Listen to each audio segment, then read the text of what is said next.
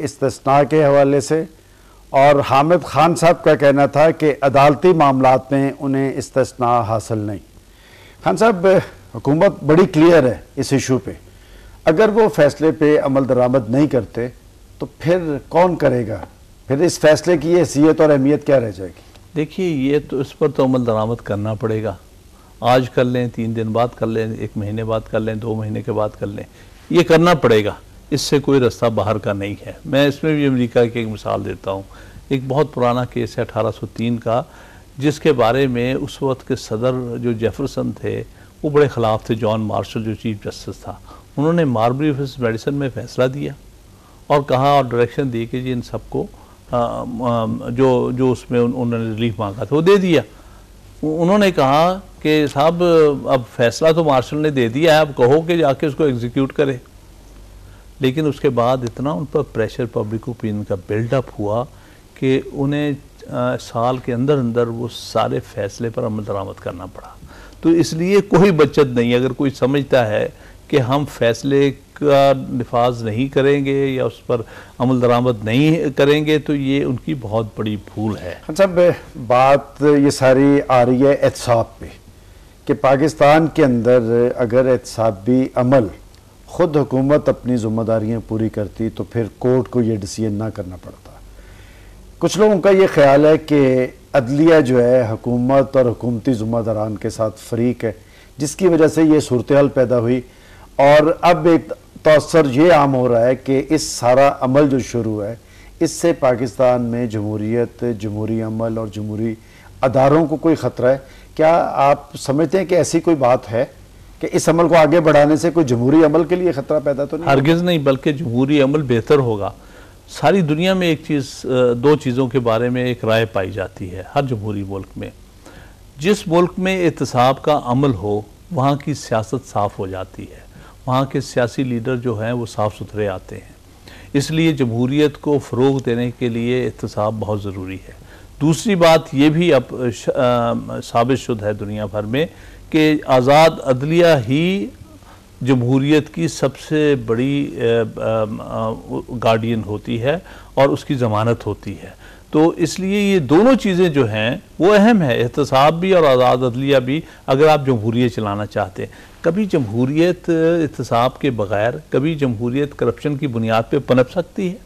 क्या लोग उस जमहूरियत को कबूल करेंगे जहाँ के जो लीडरशिप है वो करप्ट हो और अपने मफाद के लिए काम करे और अवामी मफाद या कौमी मफाद को पसे पर्दा डाल दे?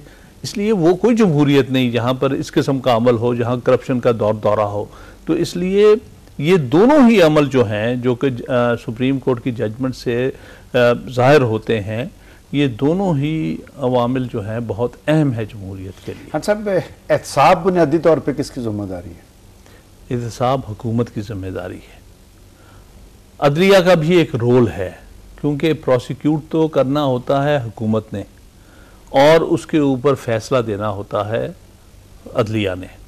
अब ये मसला यहाँ पर ये पेश आ रहा है कि चूँकि हुकूमत वक्त के अहम अशख़ास इस अमल में उनकी शमूलियत है या इस अमल में वो एक्यूज़ड हैं, इसलिए हुकूमत कोशिश ही नहीं कर रही प्रोसिक्यूट करने की, और ये कोशिश हो रही है कि जिन साहिबान के ख़िलाफ़ केसेस हैं उनको विड्रॉ कर लिया जाए।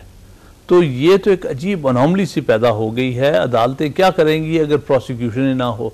इसलिए आज़ाद प्रोसिक्यूशन बहुत ज़रूरी है, तभी आज़ाद अदलिया फैसले दे सकती है। साहब, NRO पे जो फैसला है इस पे अदालत उज़्मा ने एक दफ़ा फिर नज़रसानी की एप्लीकेशन जो है वो कबूल करते हुए हुकूमत को इजाज़त दी है कि वो इसमें पेशरफ्त करे। तो इससे ये जो बहरानी कैफियत है ये कोई टलने की उम्मीद है? जी देखिए, जो नज़रसानी की दरख्वास्त का ताल्लुक है ये एक आइनी अमल है। कोई भी फैसले से कोई भी पार्टी जो उस फैसले से डिससेटिस्फाइड होती है उसको बिल्कुल हक हासिल है कि वो जाके रिव्यू की दरख्वास्त दे। तो रिव्यू की दरख्वास्तें तो सुप्रीम कोर्ट के सामने पेंडिंग है, लेकिन कोई स्टे नहीं दिया हुआ। जब तक स्टे ना हो तब तक उस पर अमल दरामद करना पड़ता है।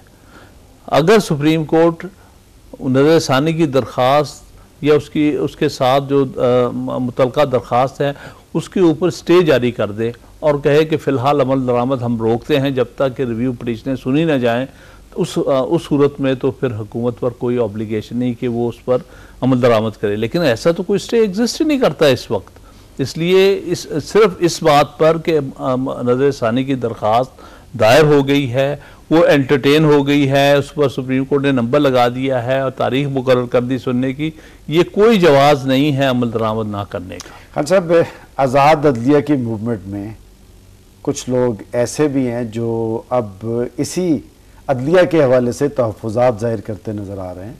अली अहमद कुर्द थे, फिर मुनीर मलिक, एतजाज़ आसन साहब और अब आसमा जहांगीर साहिबा बहुत एक्टिव हैं। इन लोगों का एजेंडा क्या है? देखिए, मैं एक तो करेक्शन कर दूँ, मुनीर मलिक साहब ने कभी कोई ऐसी बात नहीं कही। अली अहमद कुर्द साहब ने 2-4 बयान ऐसे दिए हैं जिससे ये जाहिर होता था, लेकिन बड़ा सख्त बयान दिया था कि जी आज भी कोर्ट्स में फिरौन बैठे हैं। वो चलिए, वो एक दफ़ा बाद में उन्होंने उस बयान पर कहा कि ये मैंने वक्ती तौर पे दे दिया, उस पर कोई इंसिस्ट नहीं किया है। एतजाज़ साहब ने भी कोई अदलिया के ख़िलाफ़ बयान नहीं दिया, मैं जहाँ तक याद रखता हूँ। हुकूमत के हक़ में दिया होगा अदलिया के खिलाफ? हाँ, नहीं दिया उन्होंने, ऐसी कोई बात खुल के हॉस्टाइल बात नहीं की। तो ये और बात है कि इसमें 2 सोच आ गई थी जैसे ही अदलिया बहाल हुई थी। एक सोच ये थी कि अब सबको कबूल कर लो और मूवमेंट को ख़त्म कर दिया जाए। दूसरी सोच ये थी कि नहीं, बहाली काफ़ी नहीं है, जब तक आज़ादी और आज़ादी का तहफ़्फ़ुज़ हम नहीं बुकला करेंगे तब तक ये आज़ादी और ये बहाली जो है ये बेमानी हो जाएगी। इसीलिए हमने वो केस लड़ा था PCO जजेस के ख़िलाफ़, इस ख्याल से कि जब तक इसमें से वो नासूर ना निकाला जाए जिसकी वजह से ये अदलिया में PCO का इफ़ेक्ट बाकी रहेगा, तब तक ये अदलिया आज़ाद नहीं होगी। लेकिन कुछ हमारे साथी जो थे, जो पहले इस क़यादत में शामिल थे, उनका ख्याल था कि नहीं, अब इस बात को आगे ना लेके जाएं। तो यहाँ पर थोड़े से हमारे आसमा जहांगीर साहब आप बहुत एक्टिव हैं, तो बड़े खुले तौर पे उनका क्या एजेंडा है? देखिए ना, आसमा जहांगीर एक तो इस जो मूवमेंट थी उसमें वो क़यादत में नहीं थी, कभी कभी हमारे जुलूसों में आती भी रही हैं, इसमें कोई शक नहीं, उनका एक रोल भी है।